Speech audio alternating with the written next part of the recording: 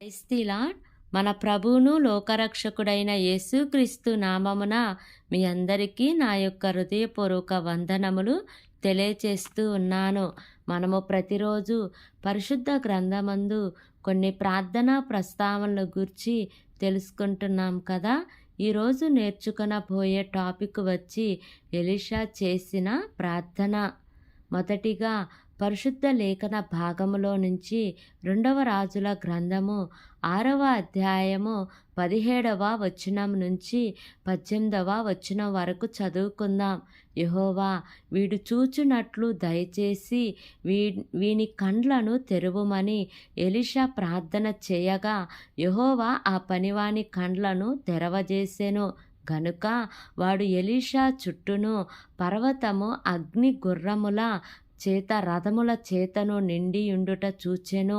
ఆ దండువారు అతన్ని సమీపించినప్పుడు ఎలీషా ఈ జనులను అంధత్వంతో మొత్తుమని యెహోవాను వేడుకొనగా ఆయన ఎలీషా చేసిన ప్రార్థన చొప్పున వారిని అంధత్వంతో మొత్తెను. ఆమేన్. సిరియా రాజు ఇశ్రాయేలీలతో యుద్ధము చేయవలెనని ఆలోచన చేయగా ప్రవక్త అయిన ఎలీషా ఇశ్రాయేలు రాజు అయిన యెహోరాముకు ఈ విషయము చెప్పేవారు. సిరియా రాజుకు ఈ విషయము తెలిసి ఎలీషాను పట్టుకొని రమ్మని సిరియా సైన్యాన్ని ఎలీషా దగ్గరకు పంపించాడు.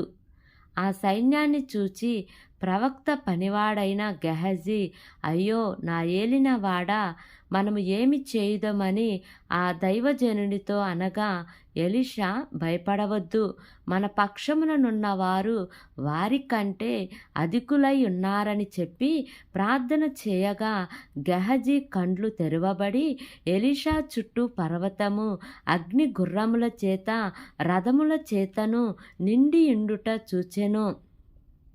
అవును, దేవుడు మనలను సంరక్షించే తీరు మనకు అర్థం కాదు. అనునిత్యము అదృశ్యమైన దూత సైన్యం మనలను వెంటాడుతూనే ఉంటుంది.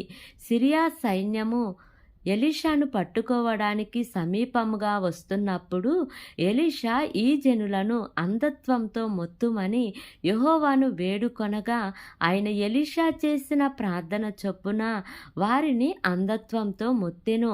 ఈ రీతిగా 3 సార్లు ఎలీషా ప్రార్థనకు దేవుడు సమాధానమిచ్చాడు. అవును, ఎన్నిసార్లు ప్రార్థించినా విసుగక ప్రతిఫలమిచ్చేవాడు మన దేవుడు. మనం ప్రార్థిద్దాం, ప్రార్థనా ఫలాలు అనుభవిద్దాం.